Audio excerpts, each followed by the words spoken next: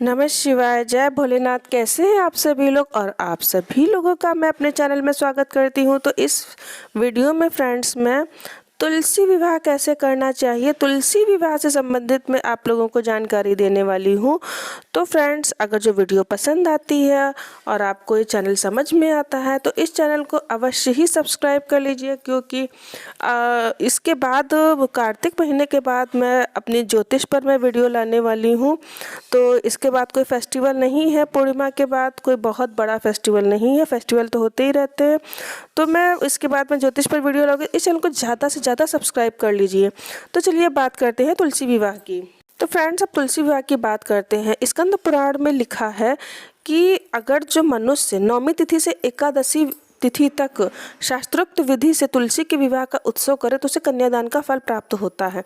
लेकिन आप एकादशी से लेकर पूर्णिमासी की तिथि तक भी आप तुलसी का विवाह संपन्न करवा सकते हैं। और इसमें लिखा है, जो भी इस तरीके से शास्त्रोक्त विधि से तुलसी जी का विवाह संपन्न कराता है तो उसको वैधव्य दोष से मुक्ति मिलती है।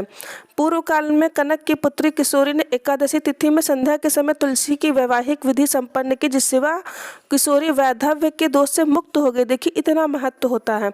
इसमें लिखा 1 तोला सोना की मूर्ति भगवान विष्णु की तैयार करावें। अपनी शक्ति के अनुसार आप आधा या चौथाई तोले की प्रतिमा भी बनवा सकते हैं। फिर तुलसी और भगवान विष्णु की प्रतिमा में प्राण प्रतिष्ठा करके स्तुति आदि के द्वारा भगवान को उठावें।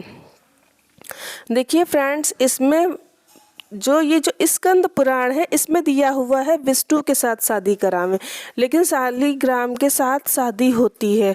आपके यहाँ शालिग्राम नहीं है तो आप विष्णु की मूर्ति इस तरीके से बनवाकर भी शादी करवा सकते हो। अन्यथा अगर शालिग्राम है तो उन्हीं के साथ विवाह करवाइए, उन्हीं के साथ विवाह होना चाहिए।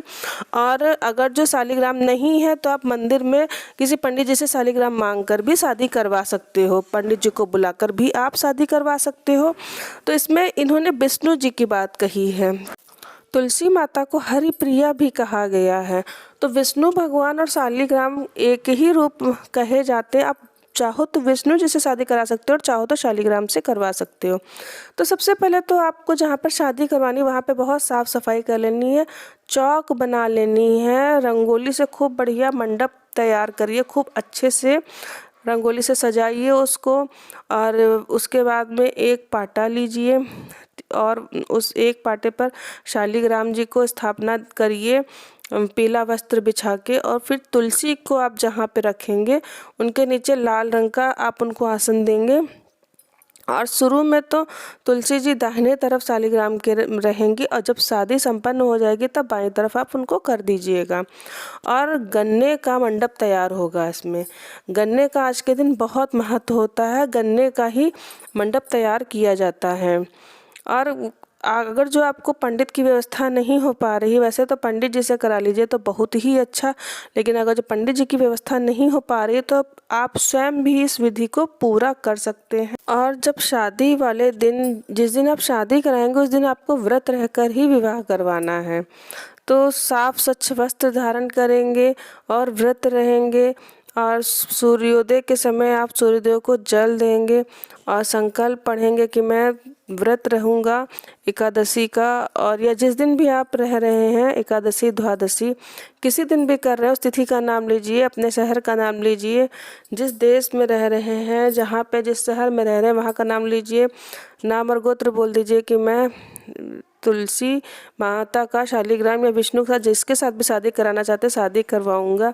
इस तरीके से आप संकल्प लेकर तब आप जो है आगे की पूजा संपन्न करेंगे।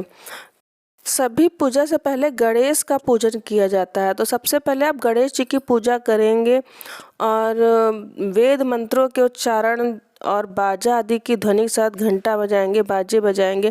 विष्णु जी की या शालिग्राम की प्रतिमा को तुलसी के निकट, वही मैंने कहा है कि तुलसी शालिग्राम के दाहिनी तरफ तुलसी को आप रखेंगे। फिर आप उनको वस्त्र भेंट करेंगे, शालिग्राम को पीला वस्त्र, और उनको जनेऊ भी आप समर्पित करेंगे। पीले वस्त्र उनको भेंट करिए, माता तुलसी को लाल वस्त्र भेंट करिए। और आप इस तरह से उनका आवाहन करेंगे, आगच्छ भगवान देव अर्चिष्यामि केशव तुभ्यं श्याम तुलसीम सर्व काम प्रदो भव। भगवान के शिव, आइए देव मैं आपकी पूजा करूँगा, आपकी सेवा में तुलसी को समर्पण करूँगा, आप मेरे संपूर्ण मनोरथों को पूरा करें। इसके बाद में आवाहन के बाद में 3 बार अर्घ दे देना। पाद्य, जैसे कोई आपके यहाँ कोई गेस्ट आता है तो पहले उनके पैर धुलाना चाहिए, फिर उनको पीने के लिए जल देना चाहिए। इसी तरह से ना हम लोग करते हैं ना अपने गेस्ट की सेवा, तो इसी तरह से भगवान की भी सेवा करनी है। उनको अर्घ दीजिए, उनके पैर धुलाइए और फिर भगवान को जो है आचमन कराइए। और इसके बाद कांसे के पात्र में दही, घी और मधु रखकर उन्हें पात्र से ही ढक कर दे, भगवान को अर्पण कर दे। वासुदेव आपको नमस्कार है, या मधुपर्क ग्रहण कीजिए। किसी बर्तन में आप दही, घी, मधु रखकर उनको अर्पण कीजिए। पश्चात आपको ये बोलना है कि आदि, मध्य और अंत से रहित त्रिभुवन प्रतिपालक परमेश्वर, इस तुलसी को आप विवाह की विधि से ग्रहण करें। यह पार्वती के बीच से प्रकट हुई वृंदा की भस्म में स्थित रही तथा आदि, मध्य, अंत से शून्य है। आपको तुलसी बहुत ही प्रिय था, इसे मैं आपकी सेवा में समर्पित करता हूँ। मैंने जल के घड़ों से सींचकर अन्य प्रकार की सेवाएं करके अपनी पुत्री की भांति इसे पाला पोसा बढ़ाया। आपकी प्रिय तुलसी मैं आपको ही दे रहा हूँ, प्रभु आप इसे ग्रहण करें। इस प्रकार तुलसी का दान करके फिर उन तुलसी विष्णु की पूजा करें। विवाह का उत्सव मनाएं। सवेरा होने पर पुनः तुलसी विष्णु का पूजन करें। और इसमें हवन भी बताया गया है कि घी, खीर, मधु, तिल मिश्रित हवन से आप हवन करें और पूर्णाहुति दें। आचार्य की पूजा करके होम की शेष विधि पूरी करें।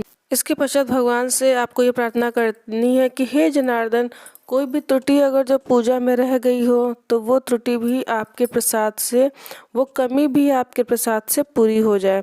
और एक बात का हमें ध्यान रखना कि तुलसी विवाह चाहे आप एकादशी को करिए या द्वादशी को करिए तो वो गोधूली बेला में ही होगी। तो द्वादशी की टाइमिंग में आपको भी दिए दे रही हूँ। और दूसरी बात ये है कि माता तुलसी को 16 श्रृंगार अवश्य ही चढ़ता है, अवश्य चढ़ाइए उनको। तो जब सारी रीति जब संपन्न कर लेंगे तो माता तुलसी को शालिग्राम के बाईं ओर स्थापित कर देंगे। और जो भी प्रसाद आपने बनाया है वो पंडित जी को भी देंगे, ब्राह्मण देवता को देंगे और खुद भी आप ग्रहण करेंगे। प्रसाद खाकर आप थोड़ा सा व्रत खोलेंगे अपना। और सभी प्रसाद में तुलसी दल अवश्य ही पड़ा होना चाहिए। एकादशी पर तुलसी जी को जल नहीं चढ़ता क्योंकि माता तुलसी का उस दिन व्रत होता है। ना तो इतवार को, रविवार को उनको जल चढ़ता है, उस दिन भी उनका व्रत होता है। इन सभी छोटी छोटी बातों का हमको ध्यान रखना है तुलसी विवाह वाले दिन। और अगर जो हम तुलसी दान की बात करें विवाह के पश्चात, तो देखिए तुलसी दान इसमें उन तुलसी का किया जाता है जो कि हमने सावन के महीने में लगाई हुई होती है या चतुर्मास के महीने में लगाई हुई होती है। तो उनकी हम उस तरीके से सेवा करते हैं जैसे अपनी कन्या को हम बड़ा करते हैं, तो उस तुलसी का दान होता है। जो आप पूज रहे हो, जो सालों साल से पूज रहे, उन तुलसी का दान नहीं किया जाता।